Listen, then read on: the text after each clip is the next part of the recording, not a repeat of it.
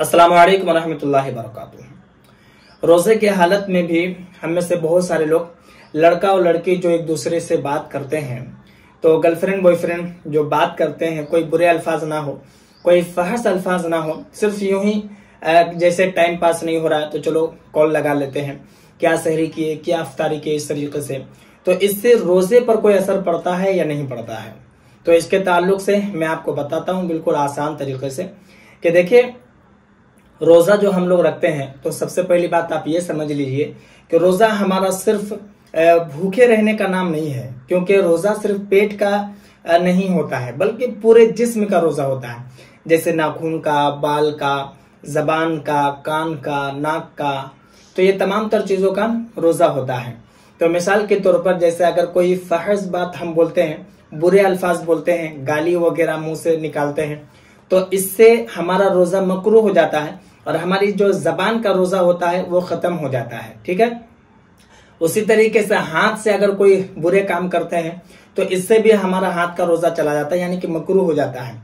उसी तरीके से अगर लड़का लड़की आपस में बात कर रहे हैं तो इससे भी रोजा मकरूह हो जाता है, लड़का का भी और लड़की का भी।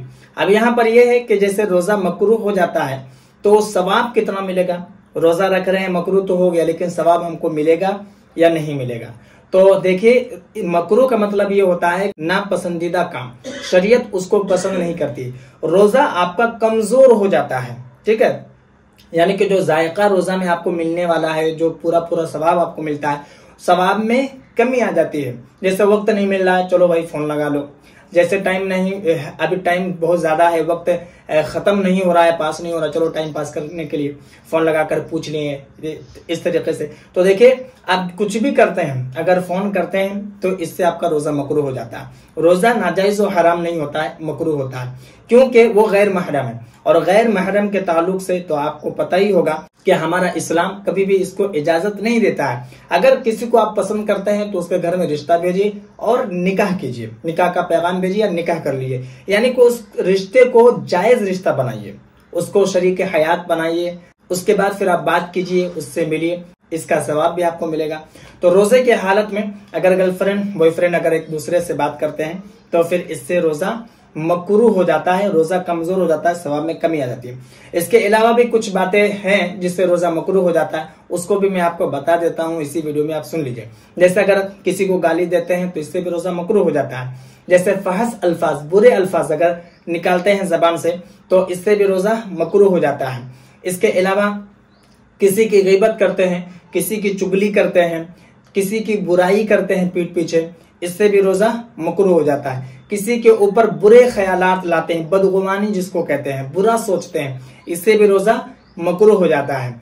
किसी को तकलीफ पहुंचाते हैं, किसी के दिल को ठेस पहुंचाते हैं, किसी को दुख देते हैं, तो इससे भी रोजा मकरूह हो जाता है। इन तमाम तर चीजों से रोजा मकरूह हो जाता है। रोजा तो नहीं टूटता है, रोजा तो आपका हो जाएगा, लेकिन सवाब में कमी हो जाएगी। इसलिए हमें और आपको भी चाहिए कि इन तमाम तर चीजों से बचें। ऐसे भी गैर महरम से बात करना, उससे मिलना जुलना गैर रमजान में भी नाजायज हराम है। आप पसंद करते हैं तो अभी रमजान का महीना चल रहा है, आप तहज्जुद की नमाज पढ़िए। सहरी में आप उठते हैं तो सहरी में आप 10 मिनट पहले उठ जाइए, सहरी करने से पहले वजू करके आप तहज्जुद की नमाज पढ़िए।